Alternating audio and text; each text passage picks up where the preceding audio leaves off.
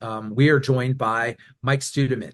Mike is the former commander of the Office of Naval Intelligence. He is a retired Rear Admiral and one of the nation's leading national security professionals with extensive global experience in intelligence, foreign policy, and defense matters. He is internationally recognized as an expert on Asian affairs with a deep expertise on China.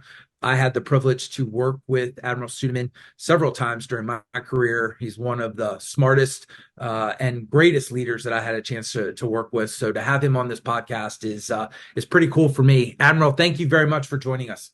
Grace, you're too kind. A pleasure to be here. Look forward to your tough questions. You are not that far out of uniform. We recognize that you're speaking now in your personal capacity, but what should maritime enthusiasts, academics, followers, what should they know about China and where and what China is doing in the maritime environment? Yeah, first of all, I would say that China is more Mahanian than America is. We have a certain sea blindness where we as a nation have not really refreshed our sense of the value of maritime forces and what they do to support our economy, our prosperity, and our security.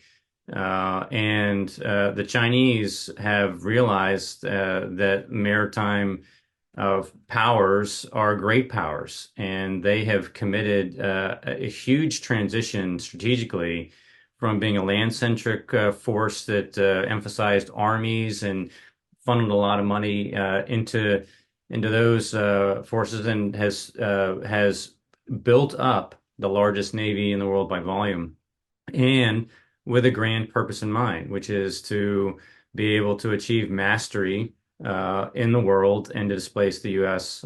In the international, system. And so the Chinese have stolen a huge page from America, and they realize maritime capability is the way to achieve this path to rejuvenation and to superiority, to be the strongest pole in a multipolar world. And they are well on their way with their commercial maritime capacity to be able to continue to build a maritime force that doesn't just respond to first island chain, near at home kind of contingencies related to geopolitical areas like Taiwan and South China Sea.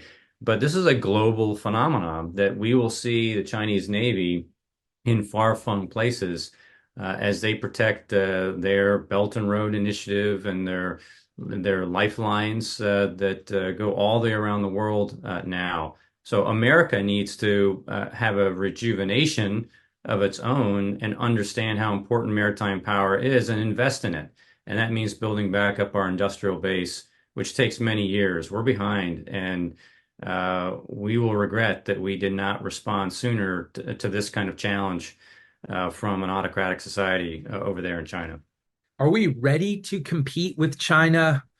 And I mean, you alluded to the need, and we've talked about it a lot on this podcast, the need to grow our maritime influence, not just in the Navy, but across the entire whole of government. But where are we falling short today in competing with China in the maritime environment? Well, look, I mean, we're dependent more than ever now on conveyance on the oceans with non-U.S. flag ships. That's a vulnerability.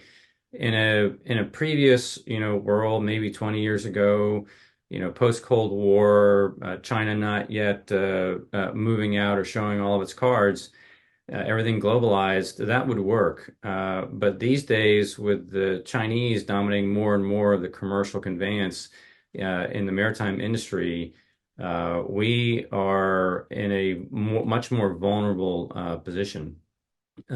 Secondly, with regard to, combatants and warships, your presence matters. If you have another maritime force which is eroding the rules-based system by violating the UN Convention on the Law of the Sea repeatedly, almost every day, and projecting its domestic laws into the international commons and saying that the domestic laws take primacy, and they have their naval forces, whether or not they're the largest navy in the world and using it that way, the largest coast guard in the world using it that way, or the largest militia forces in the world, or the largest fisheries in the world, you have a problem. If you're simply outcompeted by volume, scale, capacity, and in a growing sense, advanced capabilities. There's a misnomer that the Chinese Navy, for example, just is cheap stuff, that it's not high quality, and that's just wrong. I was the commander of the Office of Naval Intelligence, and I'm telling you that the Chinese Navy is high quality and highly lethal.